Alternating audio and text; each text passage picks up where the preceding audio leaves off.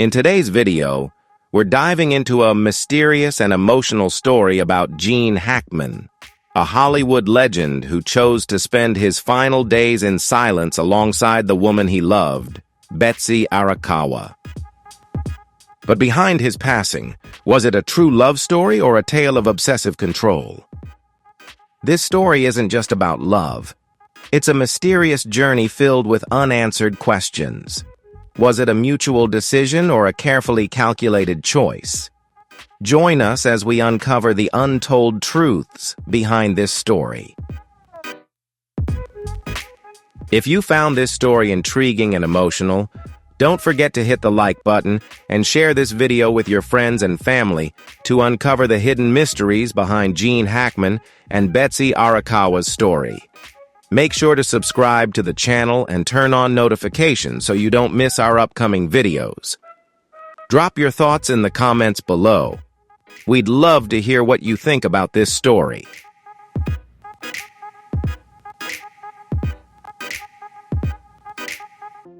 Santa Fe, a vast arid land stretching beneath the fiery hues of the sunset, where gentle breezes glide past cacti and weathered adobe bricks. In a quiet corner of this landscape, in a simple yet sunlit home, Gene Hackman and his longtime partner, Betsy Arakawa, lived out their peaceful days. At 95, Gene Hackman remained strong, his masculine charm, once captivating Hollywood, still flickering in his eyes, and in the soft smile he gave while brewing a cup of green tea, stepping onto the porch to greet the morning light. His beloved daughter, Leslie Ann Hackman, called these her father's golden days, not in a sorrowful sense, but as a testament to his enduring vitality. To Leslie, those final years were still full of life, just as her father had always lived, aging yet unwaveringly strong. Leslie told Daily Mail on February 27 that her father loved practicing Pilates and yoga, maintaining his routine several times a week.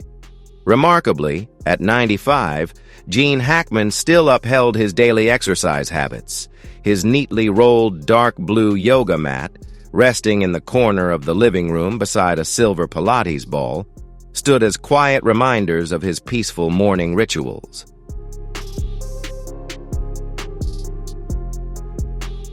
Betsy often sat on the sofa, her delicate hands flipping through the pages of a book, her eyes drifting toward her husband with a quiet mix of admiration and pride.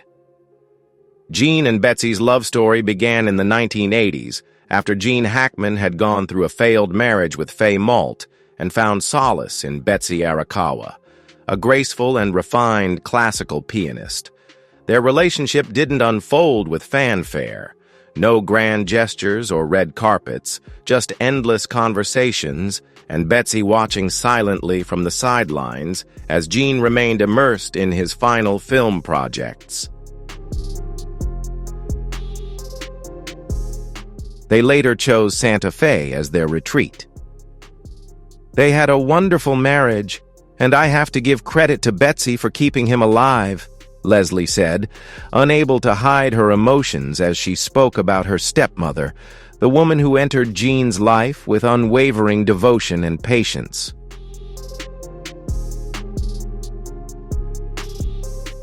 For 33 years, Gene and Betsy built a private, quiet world filled with tranquility. They spent their days gardening, taking evening walks, and listening to classical sonatas played by Betsy on the wooden piano in their living room. Leslie once joked that some days her father and Betsy didn't need to say a word. They could understand each other with just a glance. Gene never cared for noise, especially after leaving Hollywood. He found joy in life's simplest pleasures: a morning cup of coffee, a new novel from the local bookstore, or simply standing by the window watching the last rays of sunlight cast over the wildflowers in their Santa Fe garden. He was no longer the legendary Gene Hackman, but just an old man learning to savor each breath of life. If you want to stay updated with more fascinating stories and the latest information about trending events, Don't forget to hit the subscribe button and turn on the notification bell to get the newest videos from us. Leave your thoughts in the comments below. What do you think about these theories? We look forward to hearing from you so we can discuss and explore even more captivating stories together. However, within that serene picture, shadows slowly began to creep in. No one knew exactly when it started, but Leslie admitted that despite her father's excellent health, she sensed something was off, something she couldn't quite name. At times, his voice grew deeper, his gaze more distant than usual, as if Gene was holding on to an unspoken truth buried within. Leslie visited her father in early February, when winter still clung to Santa Fe with its lingering chill. He looked great, Leslie recalled. He was cheerful, joking around. We were talking about his garden plans for spring. She had no idea it might be the last time she would hear his warm laughter in that little house. There were no signs of fatigue or illness. Gene Hackman was still the man he had always been, strong, full of life, carrying a quiet secret within him. Betsy, too, remained the same, with her gentle smile and soft voice as she called his name.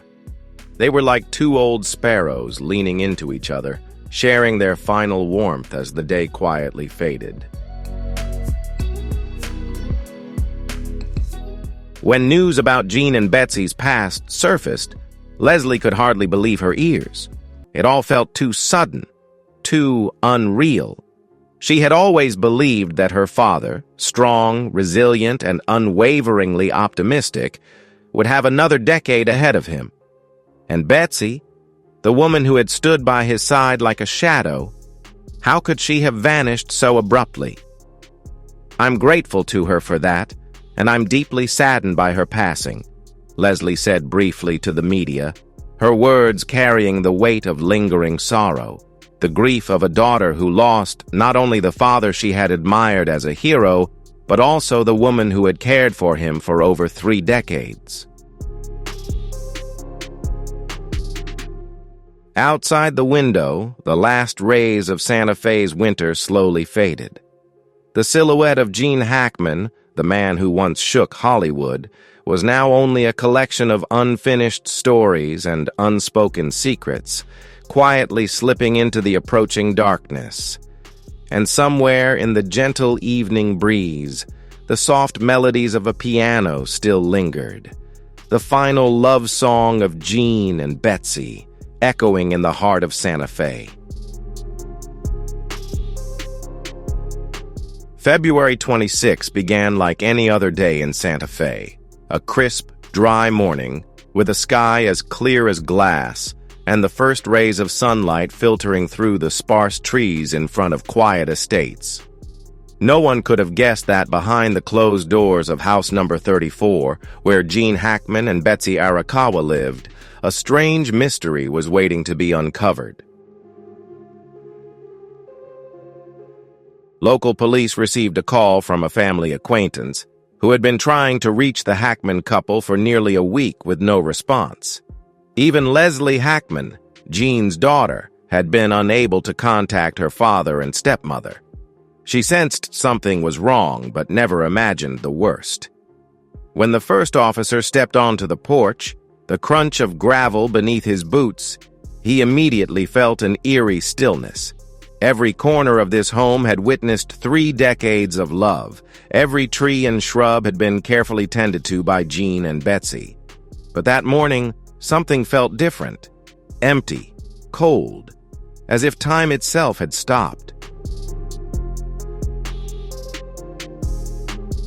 Behind the dark wooden door, the lock was undone, a detail that made the officer pause for a few seconds. In Santa Fe, where people still placed complete trust in one another, an unlocked door wasn't unusual.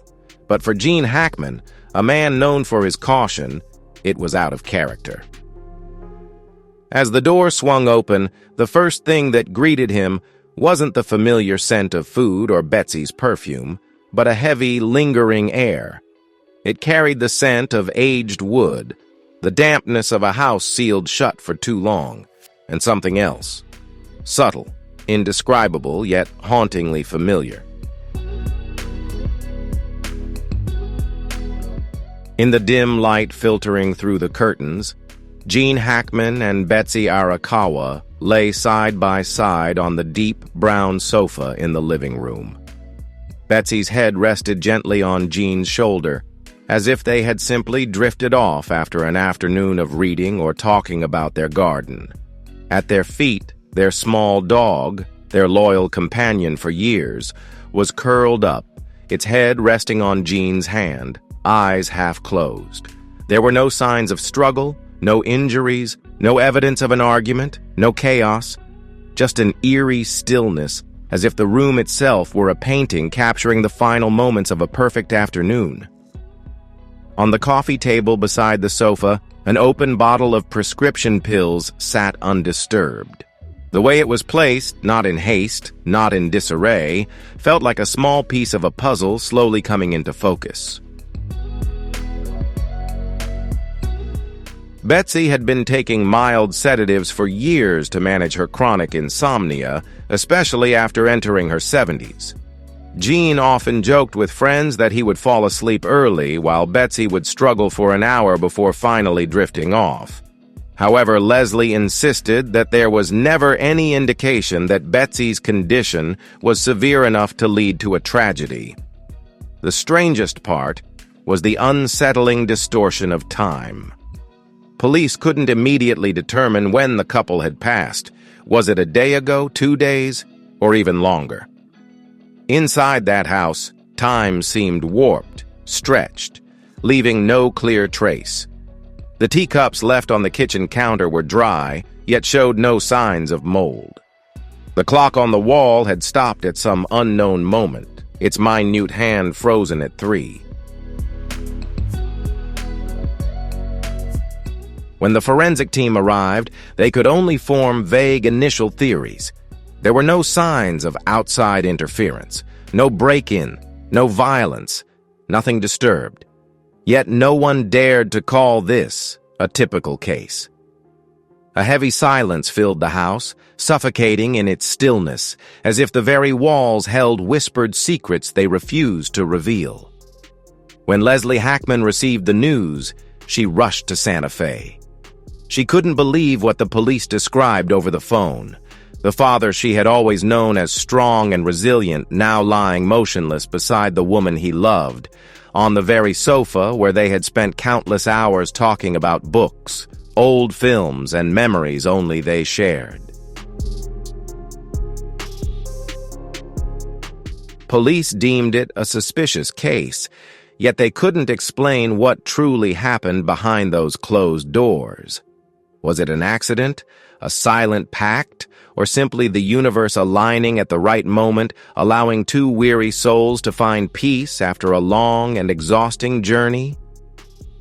Whatever the reason, Leslie knew she was left with too many unanswered questions, too many words unspoken, and now, only secrets. The once vibrant home, filled with light and laughter, had now become a house of secrets, where every brick, every door, every lingering breath held pieces of a puzzle yet to be solved. On the night of February 26th, the house stood open, but the secrets within might never be fully uncovered. That night, under the velvet sky of Santa Fe, Leslie Hackman sat quietly by the living room window of the estate, where her father and Betsy had spent more than 3 decades. The moon cast a soft, silver glow over the trees outside, like a delicate veil between reality and a dream. Everything was silent, yet inside Leslie, 1,000 voices screamed. She had stayed in the house that night, after the scene had been cleared, after her father and stepmother's bodies had been taken away. The emptiness was chilling, an eerie void. Every painting on the wall, every piece of furniture seemed to whisper a story yet to be told. Leslie wasn't superstitious, but she believed in signs. As she stepped into the living room where Gene Hackman and Betsy Arakawa had been found, she felt that the truth wasn't as simple as the police had described. Sitting in Betsy's old armchair, she listened to the wind outside whispering like a sigh in the darkness. Memories flooded back, especially one afternoon when she had asked Betsy, "Who will take care of whom if Gene becomes frail?" Betsy had smiled gently, but her voice carried a shadow of sadness. "I don't want to be left behind. I can't imagine this house without him." At first, it seemed like nothing more than the words of a wife afraid of loneliness in her final years. But now, with everything that had happened, each of those words felt like a weight pressing down on Leslie's chest. Betsy wasn't just afraid of being alone. She was consumed by the idea that if Gene passed away first, she would have nothing left to hold on to. Even in their private conversations, Betsy had admitted her fear of becoming a burden to Gene as she grew older, a quiet dread that had lingered for years, etched deeper into her eyes with every wrinkle. Leslie was never one to intrude on her father and stepmother's private lives, but when she accidentally saw Betsy's prescriptions on the kitchen table, a wave of concern washed over her. It wasn't just the usual mild sedatives. There were prescriptions for acute anxiety, chronic insomnia, and silent panic attacks that no one had witnessed. These pills hadn't appeared by chance. Betsy had actively sought them out, requesting them from her doctor.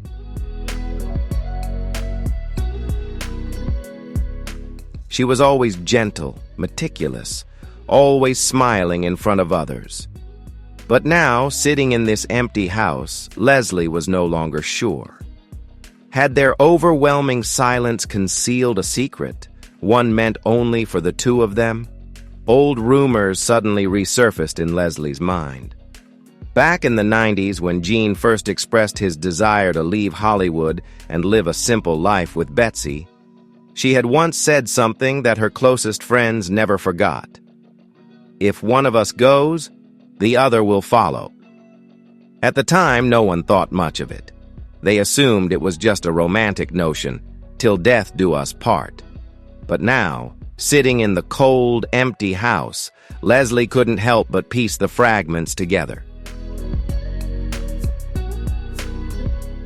The police found no signs of struggle or violence, no signs of forced entry, no hidden enemies lurking in the shadows, just two people who had been together for over 30 years, choosing to close a chapter of their lives together. Prescription pills were neatly placed beside them, not by accident, not carelessly. "I think my dad didn't want to go like this, but maybe he chose to leave with Betsy because of love," Leslie choked out as she spoke these words to a close friend over the phone in the middle of the night.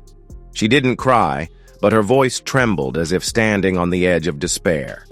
She knew Gene Hackman, her father, was someone who cherished life. He had survived the many storms of Hollywood, weathered personal turmoil to live peacefully amidst the nature of Santa Fe.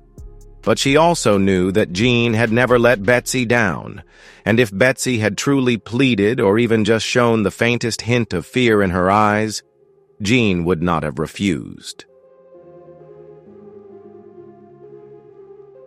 Some questions will forever remain unanswered. Some secrets exist only between two people, and no one else is allowed to touch them. Leslie understood that no matter how much of her life she dedicated to searching for the truth about that death pact, if it existed, it would follow her father and Betsy to a place beyond reach. Outside the window, the Santa Fe wind rustled through the trees, carrying with it the sound of whispers, like the murmurs of old souls, those who had chosen to walk together to the end of the road when there was nothing left to lose but the love they had for each other. That night, Leslie Hackman did not sleep, and neither did the house. There was a strange void called the Haunted Weeks, Those eerie weeks when time seemed to be swallowed by darkness, so much so that when the final light filtered into the door of the luxurious Santa Fe estate, no one could be sure what had truly happened on February 26th. When the bodies of Gene Hackman and Betsy Arakawa, along with their loyal dog, were discovered, the Santa Fe police were faced with a scene both peaceful and haunting. There were no signs of forced entry, no furniture displaced, no traces of violence. Yet, the atmosphere seemed suffocating, as if every molecule of air in the house carried the mysterious whispers of two souls that had left this world. According to the initial report, the bodies of Gene and Betsy were in a state of slight decomposition. Not grotesque, but enough to show that the bodies had lost the integrity of life. This meant they had likely departed from this world not just a few hours or a day or two before they were found, but possibly many days, even weeks. This ambiguity opened a new door, a door leading into the darkest part of this story. The police knocked on every door, asking each neighbor when they last saw Gene and Betsy. The answers were strangely uniform. "I'm not sure. It feels like it's been a while. I don't think I've seen anyone come or go since mid-February. The door was always closed, the curtains drawn shut. I think they went on a trip." No one could remember the exact date. No one had seen anything unusual, except for the prolonged silence that clung to every brick, every window frame. Calls from friends and family, messages of concern, invitations to meet, all fell into emptiness, with no response, no refusals, only absolute silence, as if the house had become a tomb, burying the once lively people that friends had known. The police reviewed footage from the security cameras at the gate of the estate. The last data recorded was on February 13th, a short video showing Gene Hackman in a silver-gray sweater, slowly stepping onto the porch to collect the morning mail. He looked around the garden, bent down to pet the loyal old dog, then turned and went back inside, the door closing behind him. Since then, the cameras recorded nothing more. No deliveries, no neighbors visiting, no movement except for the branches swaying in the cold winter wind. Technicians concluded that the camera system had stopped working due to a technical malfunction, a common issue considering the system had been installed nearly 10 years ago. But coincidentally, this malfunction aligned perfectly with the theory of the haunted weeks, the empty void of time when no one knew what had happened behind the heavy wooden door. There was no trace of the last meal. The dishes in the kitchen were empty, and the refrigerator was neatly arranged with no sign that anyone had recently cooked or cleaned. The bed was made, the pillows arranged neatly. Everything was perfectly tidy to the point of being strange, as if Gene and Betsy had prepared everything for the house to become their final resting place. The police found a small notebook on the nightstand. The first pages recorded daily tasks, doctor's appointments, medication notes, reminders to call the gardener. But on the final pages, the handwriting began to change, slanted, with fragmented lines, like messages to themselves. If this is the last day, let it be peaceful. There was no clear will, no direct explanation, just fragmented pieces, as if they wanted to leave an unfinished picture for those remaining, for them to draw their own conclusions. What did they do in their final weeks? Perhaps Gene and Betsy sat together on the window seat in the living room, looking out at the garden where flowers still bloomed despite the harsh winter.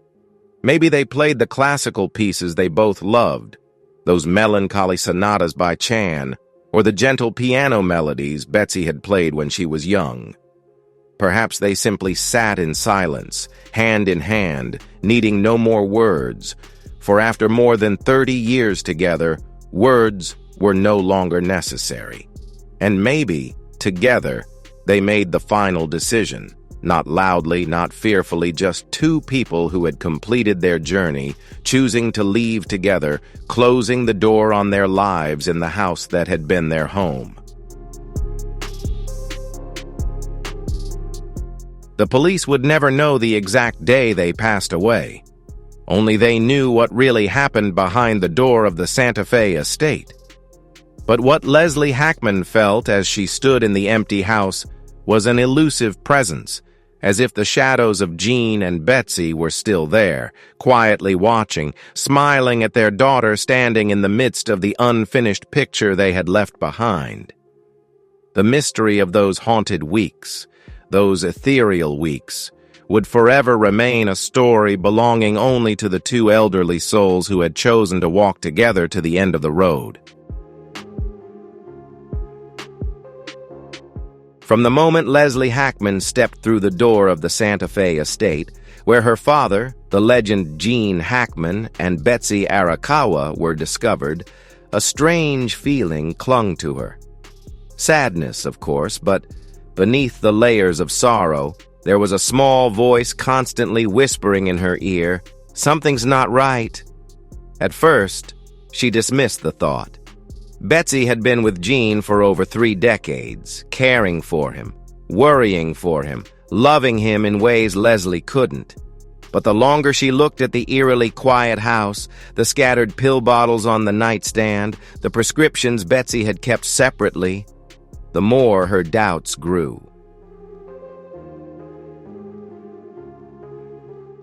Betsy Arakawa, the woman who had entered Gene Hackman's life like a warm breeze in a cold, lonely winter, had, over the years, gradually turned that warm breeze into winds of control. Leslie remembered the times she visited her father when Betsy tried to hide her obvious discomfort. Anyone who approached Gene for too long was scrutinized by Betsy, even Leslie, Gene's only biological daughter from his first marriage. Betsy was jealous of Leslie, a sentiment that seemed unbelievable, but Gene's close friends had all spoken of it. Betsy viewed Gene as her personal possession. The fear of losing him made her more reclusive, closing off the family, holding on to a small world where only she and Gene existed as the two sole beings. As Gene grew older and his health declined, Betsy tightened her control. Medications, doctor's appointments, the menu, everything was decided by Betsy. Leslie sometimes wondered if Betsy truly loved her father, or if she loved the feeling of having complete control over his life. When the Santa Fe police released the list of prescription medications found in the house, Leslie shuddered. Heart medication, blood pressure pills. Of course, these made sense for Gene's age, but mixed in with the familiar prescriptions were a series of strong sedatives, even high-dose painkillers, medications typically prescribed to patients with terminal illnesses. Gene wasn't suffering from cancer, Gene wasn't terminally ill. So why had Betsy requested these kinds of medications from the doctor? Leslie recalled the last time she spoke to her father on the phone. Gene's voice sounded tired but still warm.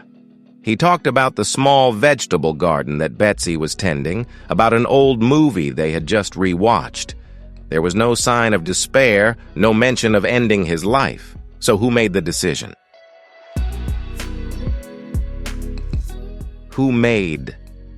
From old messages that Leslie found on Betsy's phone, the first clue appeared in December of the previous year. Betsy texted a close friend, "I'm afraid to live if Gene dies before me. I can't imagine a day without Gene by my side." In January, she texted again, "If I could, I would just want us to leave together, hand in hand." These messages were haunting. Not just simple confessions, but as if a plan was slowly being arranged. Did Betsy ever tell Gene about that fear? Or did she plant in his mind the beautiful image of a shared ending, where two elderly souls walk hand in hand through the final threshold? The police found a bottle of pills beside Betsy, with a few remaining, but they couldn't determine who took the pills first. Did Gene willingly do it, or did Betsy persuade him with sweet words or desperate tears?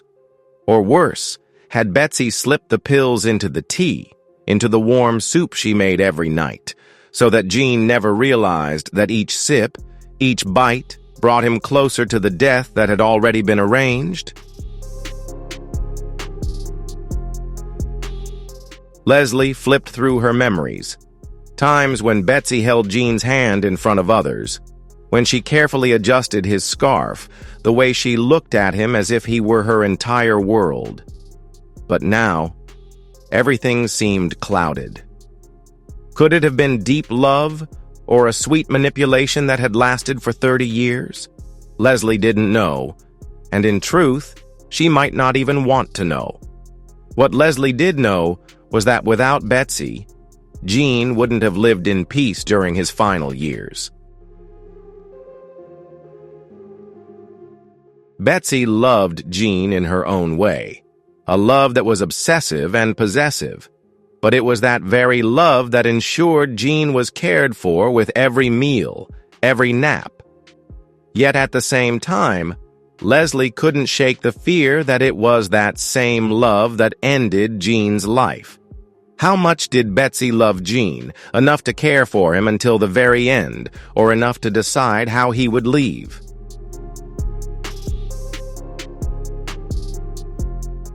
The answer left with Betsy, the last pills, the whispers exchanged between the two in those final quiet weeks. All of it vanished with their last breath. The Santa Fe police found no signs of violence or coercion. No one knew who held whose hand first, who placed the last pill into whose mouth, and perhaps that truth belongs only to the two of them. Those who loved each other, bound themselves together, and crossed the final boundary between love and ending, between freedom and control, between life and death. In cases of double deaths, there is often something found.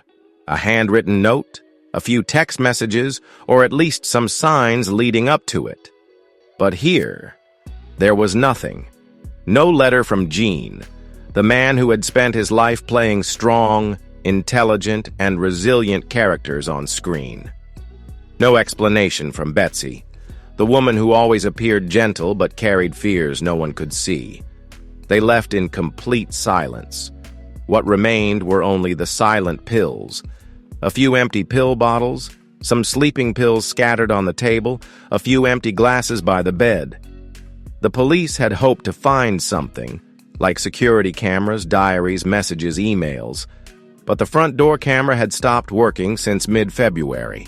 Gene's journal stopped on Christmas. Both phones were empty, no calls, no unusual messages in the 3 weeks before they were found. The house remained silent.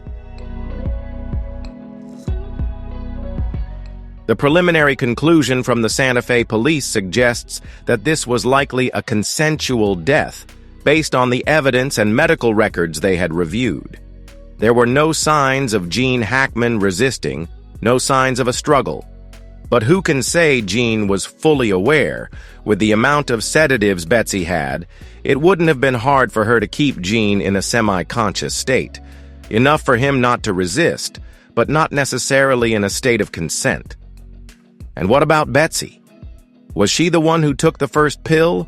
Or was it Gene, the man too tired after years of illness, choosing to hold the hand of the last woman in his life and walk together to the end of the road? The answer will forever be buried beneath the land of Santa Fe, from a beautiful house admired by architects for its blend of Southwestern American and Japanese styles. Gene and Betsy's villa has now become the haunted house of Santa Fe. People passing by look at the house with a different gaze, whispering about shadows behind the windows, flickering lights in the late hours, even though the house has been sealed and the power cut off. Every night, the wind of Santa Fe blows across the hills. The rustling of pine branches in front of the house sounds like whispers of untold secrets. This was once the home of a Hollywood legend. Now it has become a tomb, holding questions without answers. Gene Hackman was Popeye Doyle in the French Connection. He was Lex Luthor, legendary characters of toughness and resilience. But behind the spotlight, Gene Hackman ultimately became the main character in a real-life tragedy, a tragedy of silence and dependence. After leaving Hollywood, Gene withdrew into a small world with Betsy. No more stage lights, no more red carpets, just the peaceful passing of days, drinking coffee in the early mornings, gazing out at the garden, and in the evenings, watching his old films on the screen. Gene Hackman ended his life as a frail old man, holding the hand of a wife consumed by a fear of loneliness, together leaving this world. Gene Hackman left an invaluable cinematic legacy to the world, but alongside that there remains an indelible shadow. The image of Gene Hackman not on the screen but in the bed, his cold hand, and Betsy, surrounded by the scent of sedatives and the deadly silence, haunting even those who once admired him. Betsy, the woman once hailed as Gene's last love, is now enveloped in questions. Love or control, care or manipulation, partner or coercion. No one answers, no one knows, and perhaps no one truly wants to dig deeper.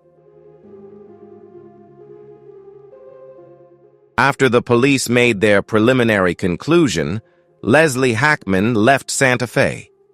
She didn't fight to reopen the case, nor did she speak to the press. Some truths are better left buried, some doors should remain closed forever, because when opened, they only reveal coldness, loneliness, and voids that can never be filled. Gene Hackman, a Hollywood legend, a father, a husband, passed away not amid applause or final praise, but within four walls of silence, with the woman who loved him obsessively, leaving behind a brilliant legacy and a question mark that will last forever. Leslie always believed that after his first failed marriage, her father deserved a peaceful love. Betsy Arakawa, the woman nearly 2 decades younger than Gene Hackman, came like a gentle breeze in the cold winter, caring for Gene patiently, listening as he talked about his old roles, the memories once celebrated by audiences, but ones he wished to forget. Yet even Leslie couldn't deny that there were moments when she felt Betsy loved Gene to the point of possessing him.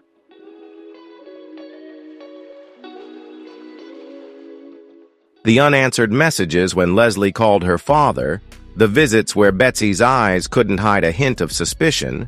When hugging Gene, Betsy was always gentle, sweet.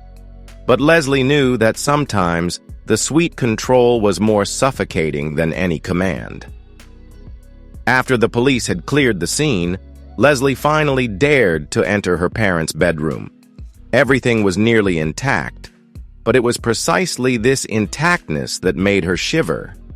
A glass of water by the bedside, a bottle of sedatives neatly placed, the blanket folded halfway as if someone had woken up and changed their mind.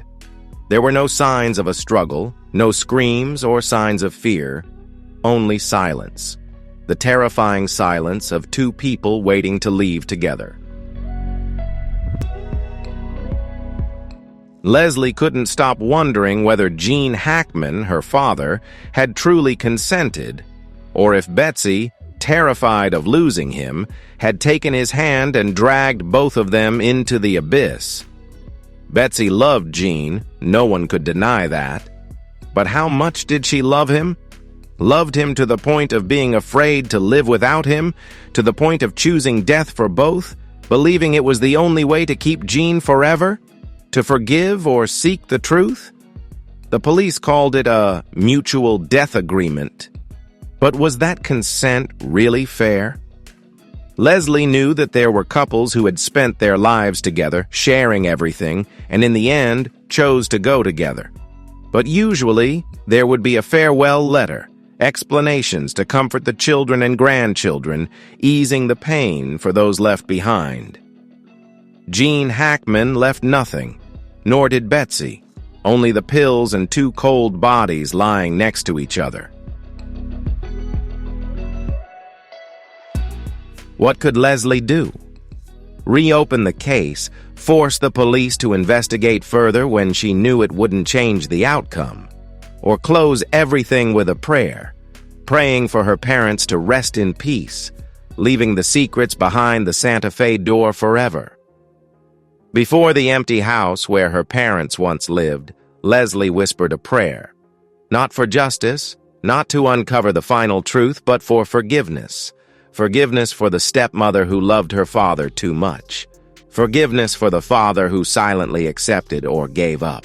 Forgiveness for herself for not recognizing the signs before it was too late. The Santa Fe wind blew again, carrying with it the quiet prayers of a daughter standing between forgiveness and the longing for truth. She didn't need to know who took the first pill. She only hoped that in another world, Gene Hackman could smile with relief and Betsy could love without fear. The door of the house closed behind Leslie. The secrets of Santa Fe slept peacefully. The story ended, but the pain and love would forever remain. Thank you all for watching this video. Gene Hackman will always be a legend in the film industry, and the stories from his family will continue to live on in the hearts of many. We extend our deepest condolences to the Hackman family and hope that the wonderful memories of him will forever be remembered. If you found this video meaningful, please leave a like, share it with your friends, and leave your thoughts in the comments below. What do you think about Gene Hackman's legacy? Don't forget to hit the subscribe button and turn on notifications so you don't miss our latest videos. See you in the next video.